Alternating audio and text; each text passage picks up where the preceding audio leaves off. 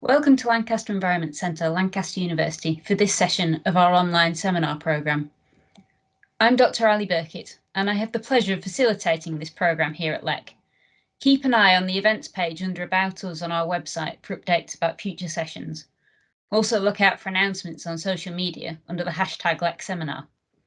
And of course, don't forget to click our channel subscribe button and the notification bell, so you always know when we've shared a video for one of these sessions. Our speaker today was joining us live from Australia, so we held the session at a slightly unusual time.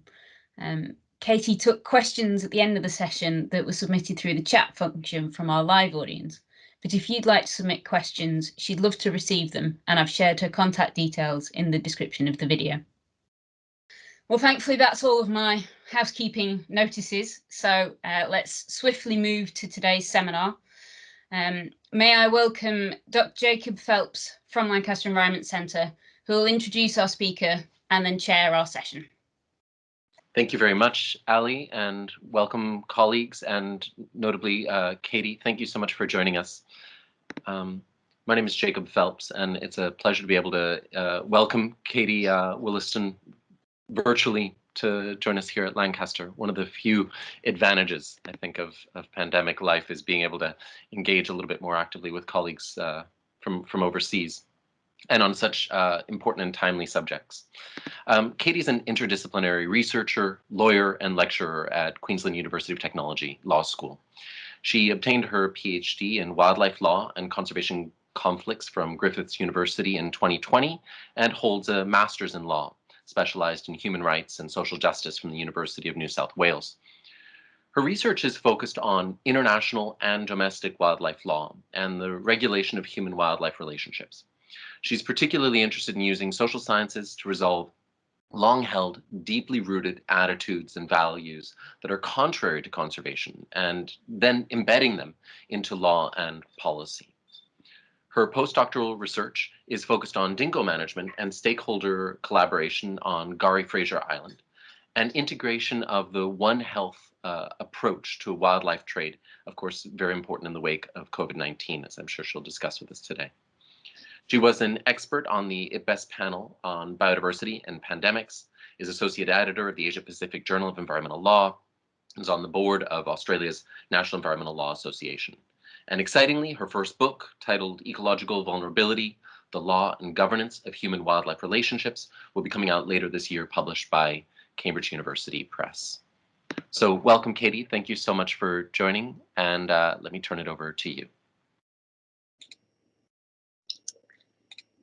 Thank you very much, Jacob. Can I just confirm that you can see my slides on that screen?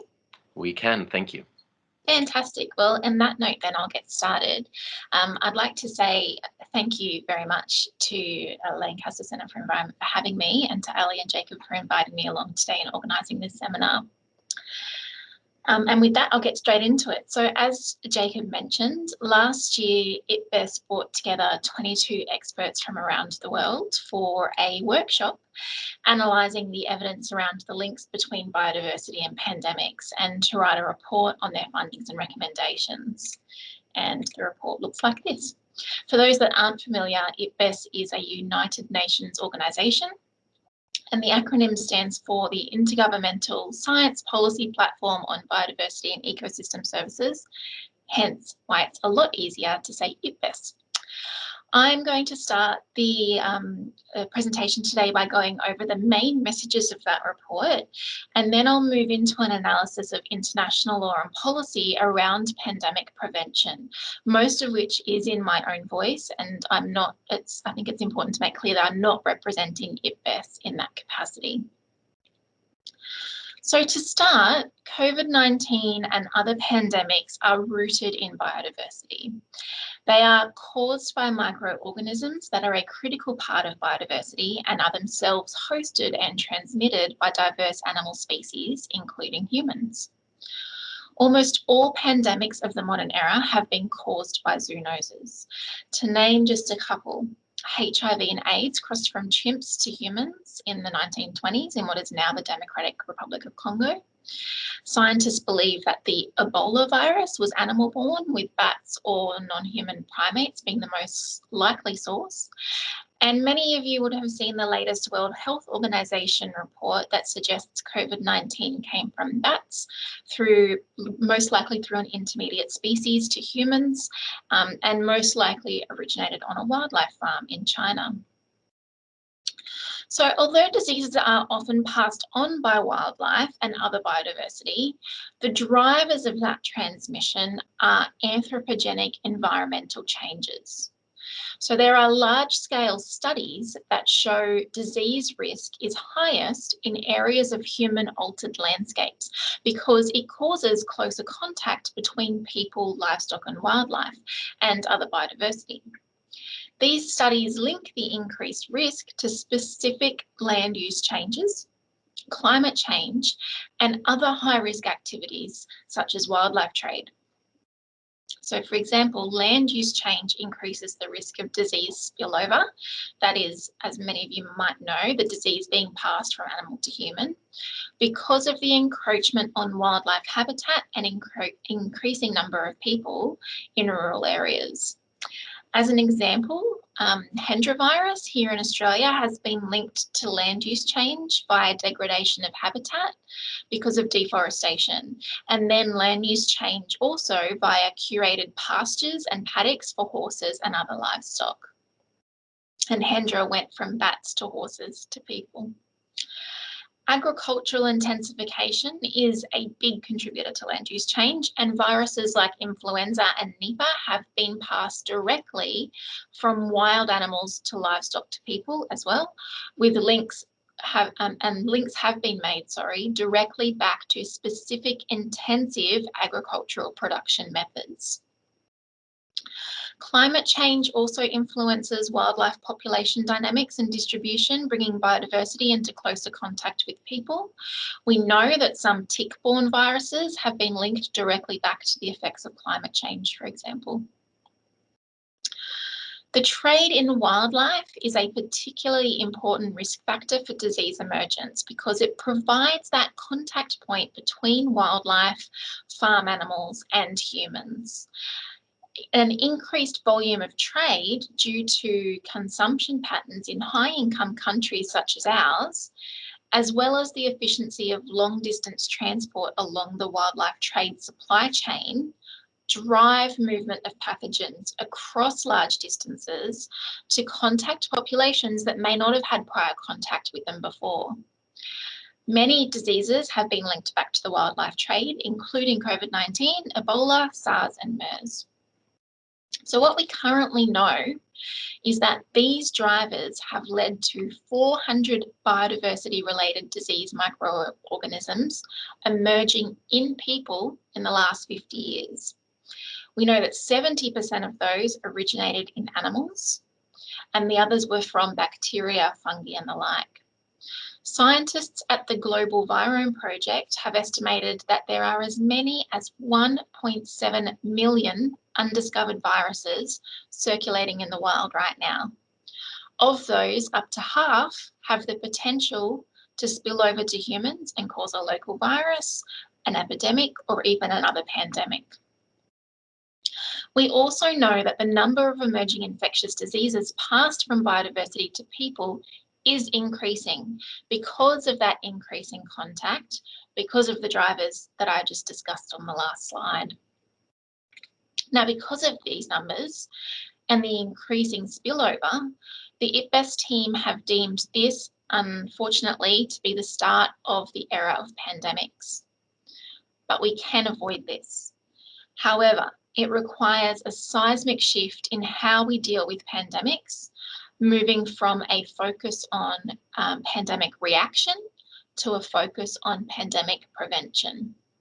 So to reiterate, because this is important, our current business as usual approach to pandemics is too focused on response and not on prevention. Responses rely on quickly funding effective vaccines, stockpiling PPE, building hospital capacity, minimising spread between people, etc. But as we've seen, this is by no means effective or perfect over the short term or even over the long term. Also, our response measures can have negative effects on biodiversity that exacerbate biodiversity loss, that increase the risks of future pandemics, and also has costs and benefits that are inequitably distributed between countries and communities. So as we continue to roll out the vaccine globally, we aren't doing a very good job of that in Australia at the moment, but we've seen over 143 million cases of COVID-19 and over 3 million deaths. We have also seen an exacerbation of existing inequalities around the world, with gaps in the provision of medical care and the impact of COVID-19, including the economic impact, having a greater effect on women, people in poverty and Indigenous communities and people. And I can provide some more information on those inequalities if you'd like them after the talk. In addition to the widespread human suffering, pandemics cause likely more than $1 trillion in economic damages annually. Compare that to the estimated costs of global strategies to prevent pandemics based on reducing wildlife trade and land use change and increasing One Health surveillance, and that cost has been estimated at 100 times less than the cost of responding. So this provides a strong economic incentive for transformative change to reduce the risk of future pandemics as well. So how is all of this relevant to international law? Disasters like this one are political events. The resilience of people and communities before, during and after disasters is certainly political and institutionally embedded from the top in international law down to local laws and policies. I'm going to start by noting a couple of generalised topical type gaps in international law and then talk about 3 specific examples of the World Health Organization, One Health and wildlife trade.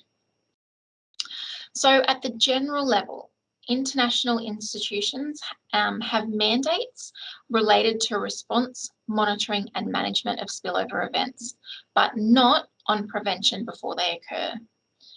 Likewise, international law that directly concerns zoonosis spillover prevention is minimal, with most relevant international law also being on the subject of pandemic response.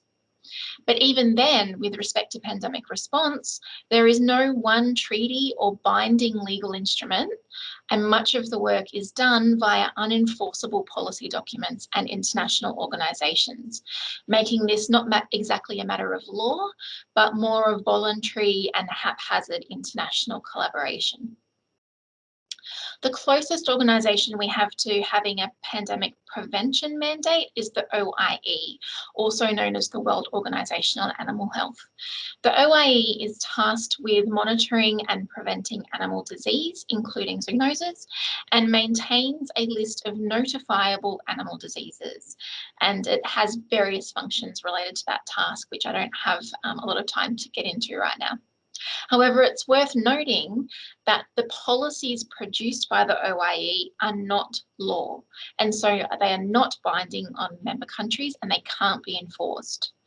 While it is encouraging that the OIE has 182 member countries, suggesting that there may actually be large-scale compliance with their policies, there's no real reporting or regulatory requirements, so the true level of compliance can't really be known. Now, given the anthropogenic environmental drivers of disease spillover, international environmental governance is relevant on a broader scale. But international environmental law is really highly fragmented, with rules relevant to specific places or a specific species or a certain type of ecosystem. This fragmentation poses a problem when governing complex issues that requires multi-dimensional consideration, such as in the case of zoonoses and pandemic prevention. where land clearing and habitat destruction are relevant, poverty and natural and cultural rights are relevant, trade, development, animal welfare, and disease control are all relevant and must be factored into a governance paradigm. So getting more specific now, many people have critiqued the World Health Organization for its response to COVID-19, which I think comes from a place of not really understanding the nature of the organization and its powers under international law. The World Health Organization drafted the primary source of international law on pandemic response, the 2005 International Health Regulations, and they were drafted after SARS to give the World Health Organization some more power to respond to pandemics of such magnitude.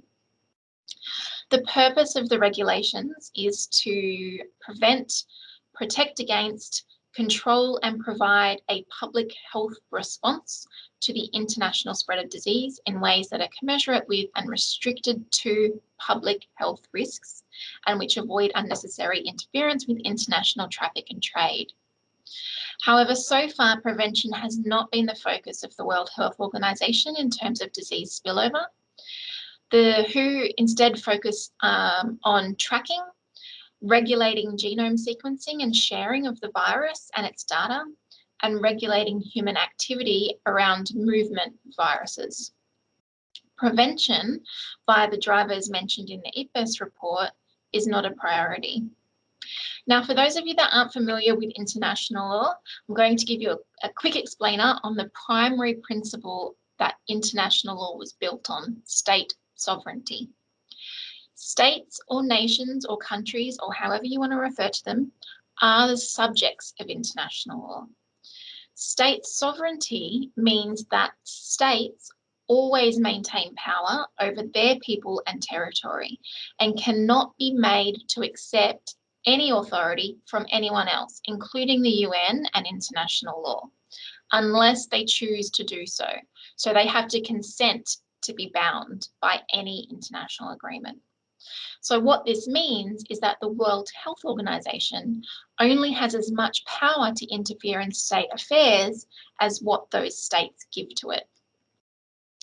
Now, it's often argued, for example, that the World Health Organization's response mandate already infringes on state sovereignty because it has powers to enter a state and investigate a spillover event, as it's done with COVID-19. It can require a state to provide the genetic resources of a virus within their borders and has other powers like these. Yet contrast this argument with the worldwide call for greater compliance and transparency by the Chinese administration following the spread of COVID-19. While the SARS outbreak seems to have united states to give the World Health Organization more power to address and respond to international public health emergencies, COVID-19 seems to have had the opposite effect in some instances, where people have not been able to see that it's had any effect in minimising the spread of COVID. This criticism of the World Health Organization seems to suggest that giving the organization additional power to eat into sovereignty for the purpose of pandemic prevention is very unlikely to happen. Finally, and much like the OIE, the World Health Organization has no direct power in environmental discourse, but does have a number of collaborations regarding environmental health. Again, though, they don't have a clear mandate for pandemic prevention related to the main drivers of the increase in disease spillover. Now, the IPBES report recommended that there be an overarching One Health approach in matters of pandemic prevention moving forward. The One Health approach to public health governance is an approach that recognises that human, animal, and environmental health are systematically entwined and need to be considered simultaneously in health decision-making. The approach gained prominence in direct response to the threat of emerging infectious diseases and zoonoses, and the recognition that greater interdisciplinary collaboration was required to combat the threat.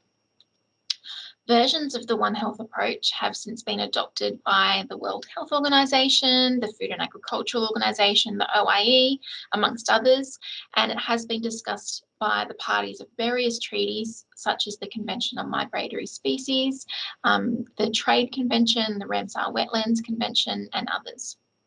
Now, while I'm a huge advocate of a One Health approach for all planning and environment-related issues, not just in public health, there are a few issues that really need to be resolved.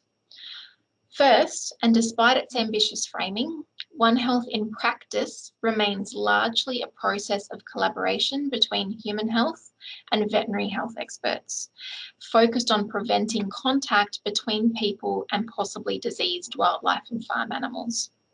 What this means is that the environmental sphere in that kind of three-pronged approach is largely neglected, and instead the approach remains largely a scientific endeavour, primarily falling within the field of epidemiology.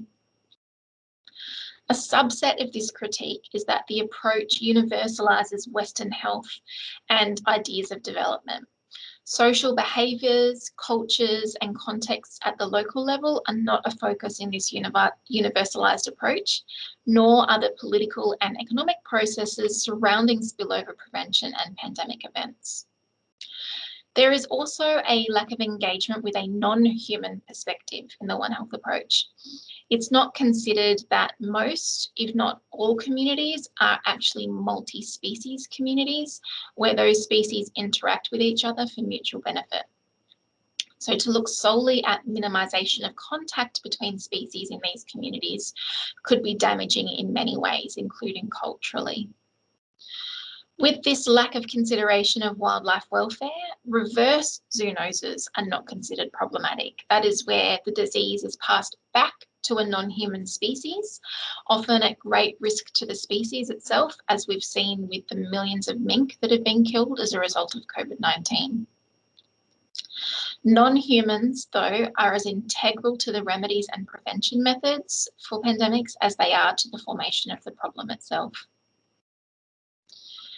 Now, early on in this pandemic, people were asking what the Convention on International Trade in Endangered Species, or CITES, could have done better or differently. And the Secretariat of the treaty understandably distanced themselves from this and other pandemics. Now, it's true that CITES is the only treaty that deals directly with the issue of wildlife trade. However, as the name suggests, the treaty is limited to regulation of the trade in endangered species only. And even there, it has severe limits in terms of its ability to stem the spread of zoonoses. The treaty seeks to protect highly traded wildlife from extinction, and it's therefore not equipped to deal with the issue of wildlife disease. It's also ultimately a trade treaty, which means that it does allow trade of wildlife with some controls, which largely revolve around the treaty's permit system and the classification of species into categories. The treaty has no power to list species that should not be traded due to their zoonose risk, although there have been recent calls for the treaty to take this approach, and whether the member countries will take that on is yet to be seen. From a domestic point of view, the treaty has little real effect as it only places limits on the import and export of endangered species. It does not regulate the trade of species that originate inside state territory. So, for example, the Asian pangolin is a critically endangered species listed in Appendix 1 of CITES, which means that import and export of pangolins or their products is absolutely prohibited. However, the treaty does not, and it cannot, prohibit China or any other pangolin range state from trading them domestically. It's up to the laws of the state to regulate that trade, and those laws, together with monitoring enforcement, are often lacking. It also allows the trade of captive bred animals, and so allows farming of wild animal species. Although some people suggest sustainable farming is a reasonable way of controlling spillover risk, I disagree, and that's probably a conversation for another day. What both the OIE and CITES also highlight is that there remain gaps around disease surveillance and monitoring because of the list frameworks that exist. Okay, so what I'm trying to say is that regular monitoring of species only occurs once they are on a list. The way that species get on a list is problematic too, because it is only those generally that are important for social or conservation reasons that are regularly researched and those research projects funded, and not those necessarily that need to be monitored for disease.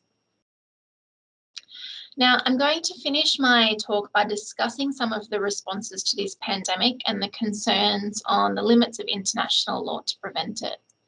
The IPBES report that I mentioned at the start of this presentation suggested that there be a high-level intergovernmental panel put together, much like IPBES itself or the IPCCC, with a clear mandate for pandemic prevention. Now, this has actually had some effect. The World Health Organization has supported the establishment of a One Health high-level expert council and has offered to host its secretariat in collaboration with the Food and Agricultural Organization, the OIE, and the United Nations Environment Programme. This support arose as a result of an initiative called PREZODE, which stands for Preventing Zoonotic Disease Emergence, and there's a YouTube clip link on the slide there that explains the PREZODE initiative. There has already been a call for experts for the One Health Expert Council, and so it does seem as though this initiative will proceed, although the full mandate of the council, along with its governance arrangements and state support, remain to be clarified. It's important to note too that, like IPBES and other international organisations, any documents produced by the Council will not be law and they will not be binding unless states sign on to them as a treaty. Now, on the treaty note, there have been global leaders that have called for a pandemic treaty, and you might be aware that Boris Johnson is one of those leaders. The treaty, as called for, would utilise a One Health approach, but other than that, there is a lack of detail about what it would include. As a result, genuine questions have been raised about the nature of any such treaty, including its overlap with the international health regulations that I discussed earlier that come from the World Health Organization, and the difficulty in having a wide range of nations concede the sovereignty necessary for further legal measures that haven't already been taken. But this is certainly a space to watch. Now, in closing, where can we go? Where else can we go from here? I think personally revisiting our environmental and climate change treaties and setting binding conservation targets and working on enforcement seems to be a much better place to start. But these suggestions are not new, and these critiques around binding conservation targets and the enforcement of our environmental treaties are critiques that have been made for many decades. What is new, though, is COVID-19, an immediate example of the consequences of inaction. As the vaccine rollout continues, we need to change the public discourse to the causes of pandemics and prevention, and this discourse needs to come from the top. A new treaty or intergovernmental panel may act as a means of altering this discourse, but to me, it really needs to happen at a more local level. Human health is only one of many reasons for conservation and biodiversity protection policies, but in the current climate, it's a vitally important one. And that's it from me. Thank you very much. Thank you very much, Katie. It's clear that this is obviously a very, very critical and timely set of issues. But it's also clear that it's one that perhaps relatively few people are really poised to engage with, not just because of the scale of the challenge, but indeed because of just how interdisciplinary it is. And so your insights on that are really, again, unique and valuable. Can I ask if any of our colleagues have questions, that they please just type them in the chat, and I'll be sure to read them out to you. But in the meantime, one of the things that I'm curious about is your thoughts on kind of the potential for proliferation of new treaties, of new multilateral agreements, of new panels on one hand, versus kind of integration into existing bodies. You referred specifically to the fact that the CITES Secretariat kind of distanced itself from these things, and understandably, it's not our mandate. But on the other hand, you know, how polycentric and complex and multi-level do we want or need to get versus truly kind of harmonizing and integrating, consolidating? Yeah, it's a good question. I think one of the things I really didn't get a time to talk about was just how integrated a lot of these treaties already are. So a lot of the time, for example, the working groups between CITES and the Treaty on the Conservation of Migratory Species and the Convention on Biological Diversity have working groups that work together across their mandate bounds and across their disciplinary bounds, which is fantastic. But again, as I mentioned, a lot of this work is being done at a level that isn't law. Okay, so there's work being done, there's policy documents being drafted, but really they're guidelines, and member countries can take them on or not if they choose to do so. And that's the difficulty with these informal collaborations. They're really great to get those recommendations out there, but ultimately they don't become law.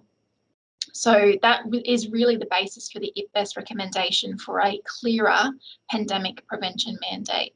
But again, the things that IPBES are recommending are not new things, right? This is the discourse. We've had these conversations about climate change and biodiversity loss for decades. But as I mentioned, what is new is the framing of it as an immediate issue. Everybody's affected by this pandemic in many, many ways. And I think, you know, it provides that immediate discourse that might help to get action moving. And if that means we have to have a treaty on pandemic prevention to get action, so be it. Thank you. We've got a question in the chat from Rebecca Thomas, who's again moving us in kind of to the scale of kind of interdisciplinarity that these issues are affecting and affected by, asking about sustainable farming. Given the many benefits of sustainable farming and working with nature for biodiversity, are you able to highlight what you consider the drawbacks of sustainable farming for pandemic prevention? Yeah, so when I said talked about sustainable farming, I was specifically talking about sustainable wildlife farming as a means to combat illegal wildlife trade. So I understand, you know, sustainable farming in terms of agricultural practices is exactly what's needed to minimise agricultural intensification and minimise the risk there. Sorry, that was my phone. But with respect to sustainable wildlife farming, there's a raging debate about whether that's a good idea or not, about whether it can actually reduce the illegal wildlife trade, or whether the fact that it's still putting these animals on the market increases the demand for the trade and increases illegal wildlife trade through that method. So yeah, there's some really, if you like, Rebecca, you can email me. There's some really interesting papers on that topic that I'd be happy to forward to you. Following on from that, one of course the most popularized kind of policy responses and proposed legal responses, certainly in kind of the mainstream media, has been around banning of wildlife trade, or most recently there's discussions, I believe, in China of saying, and even kind of global proposals of saying, okay, well, wildlife trade can continue, but no live wild animal trade in marketplaces. And I'm curious about your thoughts on these kind of enforcement-based, kind of ban-based approaches to wildlife governance. Yeah, I actually have a paper coming out specifically on wildlife trade and what people are calling wet markets. But in short, it's a really contested issue and there's no easy answer. I think the people that are calling for bans on wildlife trade and bans on wet markets don't understand the poverty that surrounds the need for wildlife trade in a lot of places, the way that live animal markets operate in order to help people in poverty. They're a lot cheaper than supermarkets, for example, in many countries, and people's livelihoods rely on wildlife trade in a lot of areas. Now, whether that makes it appropriate to maintain wildlife trade is a separate question. But what needs to happen if we are going to ban wildlife trade, it's not a matter of just shutting down wildlife trade and coming in from our position of privilege and Western privilege and saying, you know, these countries can't trade wildlife anymore. It's a matter of supporting a transition out of that by providing support economically, in terms of education, to move away from wildlife trade in that respect. I hope that made some sense. Yeah, no, it does, and there's no doubt that it's complicated, and this idea of kind of appropriate and just transitions is challenging, and of course going to be incredibly context specific. We've got a question from Gabriela Goodridge, who's asking, how can we convince particular countries to implement these sorts of treaties? Would we need different guidelines for certain countries? So again, this issue of scale and one size fits all. Yeah, this is the overarching problem of international law, right? Is how do you get countries to consent to have parts of their sovereignty taken away?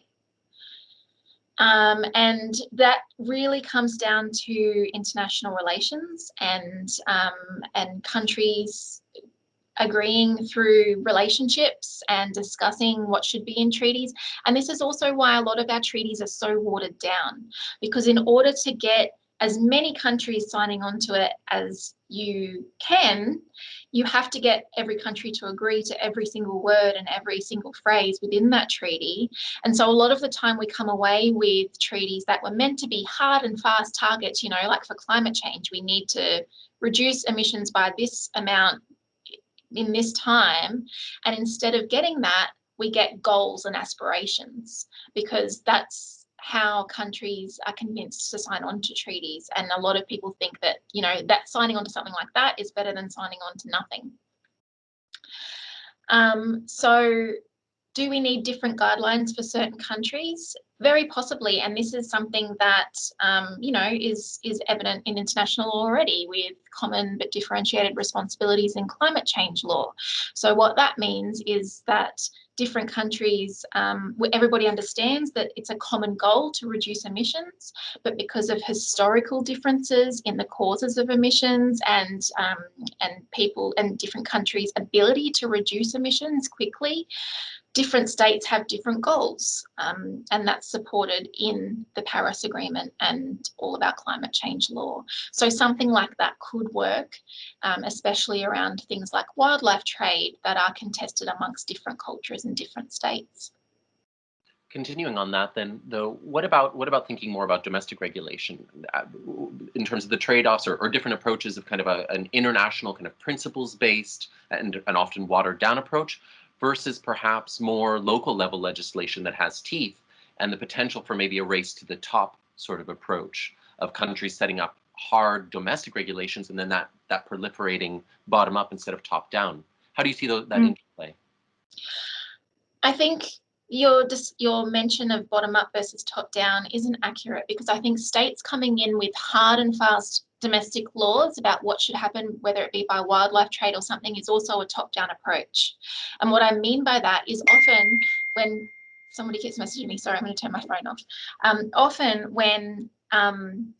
when countries or states come in and make laws that people aren't used to or goes against a cultural practice, there's a big rebellion, and then there's a conservation conflict that arises and the laws aren't accepted, and then this is when illegal wildlife trade and things like that happen. So at the local level, yes, I agree there needs to be laws, but there also needs to be policies that look at how to maintain or how to start behaviour change in these areas. So, for example, with wildlife trade, a lot of people don't understand in Europe and the UK and here in Australia that wildlife trade happens because of us. We are the consumers in a lot of you know, cases. And so it's about reducing our consumption of wildlife. And how do we do that? Well, first of all, there needs to be education around the fact that we are the consumers, and then behaviour change policies to get us to reduce our own consumption rather than come in and put a ban and a hard and fast rule. Thank you. got a question specifically about your jurisdiction, asking from Emily Cumming, asking, what do you think about Australia's current stance on borders as a response rather than as a preventative approach? New Zealand is newly opened. Do you think there will or should be new laws on stricter borders in the near future to prevent pandemics? That's a good question and not something I've really considered. I mean, the issue of border closures is very contentious here. I'm not sure how much you're aware, but, you know, with the different states in Australia, we've all had different border closure rules. So a lot of the time we can't even cross states within the country, depending on what's going on with COVID cases in different areas. I didn't realise New Zealand was opened. I thought New Zealand and Australia had a bubble, a travel bubble between themselves because of reduced cases. And we Australians we can travel to New Zealand right now, but whether we can come back depends on how many cases, and New Zealanders can travel here. Whether they can travel back depends on whether they're in a hotspot or not. Do I think there should be new laws on stricter borders? No. No, I don't. I think that is something that will cause a lot of conflict, won't be accepted, and will be very difficult for a lot of people, socially and culturally as well, in terms of seeing families and different things that have happened. Not really within my expertise, but generally I don't think it's a good idea. I think it's good for response, but not for prevention. That makes good sense to me as well. I really want to thank you for sharing your time with us during this talk. One of the things that I've discovered even through my work is that law is a lot more complicated than it looks from the outside as an environmental scientist, as a citizen. And I think that there are relatively few people with, comparatively few conservationists, environmental scientists who have kind of deep understandings of international and domestic law. And yet, these are the things that often govern the resources, the places, the relationships that we're interested in. Not exclusively, but this kind of hegemony of the state that shapes so many aspects of our lives, and yet we're often really unfamiliar with the kind of the nuances and the mechanics of it, whether it's in international or domestic areas. And so practitioner scholars like you, I think, really bring some valuable insight into this field of kind of environment, conservation, biodiversity, and law that more of us need to be engaging with. So yeah, I think that's a bigger research area of mine, is that distinction between science and law, and you talked about scientists not understanding the intricacies of law, which is problematic when you're making recommendations and building research around what should happen in particular areas, but also lawyers not understanding the concepts within scientific papers and scientific practices. And yeah, that really runs both ways and is a problem for getting your science into law and policy. Definitely. Well, I admire your efforts to really cross that, and I look forward to further discussions because I think this is a really fertile area and one that we should be exploring more actively within LEC. Happy to talk about it. Great, excellent, thank you. Let me turn it back over to you, if I may, please, Ali. With again, thanks to Katie for your generous time. Thanks for having me. Yeah, I just wanted to say thank you to both our chair, Jacob, and our speaker, Katie, for a really interesting session. It's often nice to be challenged and think about things from the bigger perspective than we often get to do in our day-to-day research. So I really enjoyed that. I also wanted to just give a little mention to the next session in our seminar series, where we'll actually be joining with the Pentland Centre for Sustainability in Business here at Lancaster University. They have a new director who'll be introducing herself and her perspectives for the future of the centre. So that's a session that centre is running. And there is a registration process for that, so it's all free and everything. I think they just want to know who's attending. So yeah, if you go online, you can find the details for all of that. And I'll also give a quick mention to a couple of more LEC related sessions that are this week. In fact, the the next spring into CGE with the Centre for Global Eco-Innovation is actually starting now. So you can move straight across to there. Again, all the details are on our website.